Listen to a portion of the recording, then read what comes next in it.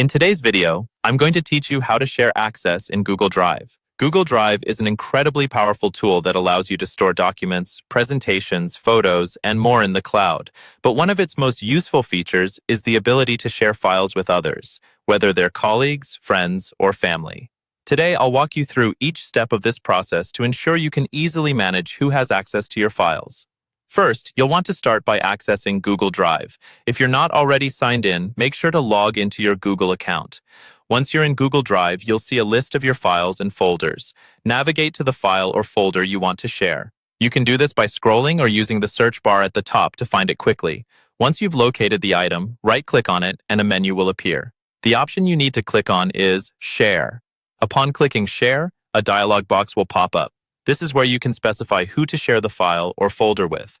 Type the email addresses of the people you want to share with. You can add multiple email addresses separated by commas. If you're sharing with someone outside of your organization, a note might appear asking you to confirm that you want to share externally. Simply proceed by clicking Confirm. Next, after listing the email addresses, it's essential to set the appropriate permission levels.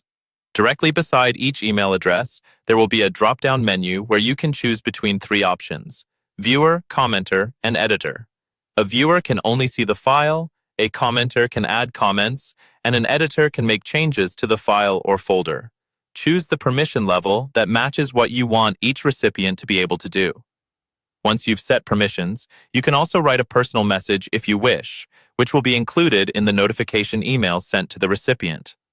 This step is optional, but can be helpful to explain why you're sharing the file or to add any specific instructions. Finally, all that's left is to click the Send button. The people you shared with will receive an email containing a link to the file and a message if you added one. They can click the link to access the file based on the permissions you've set. Remember, you can always remove access later or change permission levels if needed.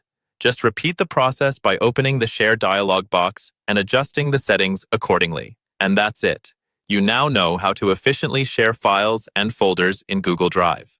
Happy sharing, and don't forget to subscribe to our channel for more helpful tech tips and tutorials.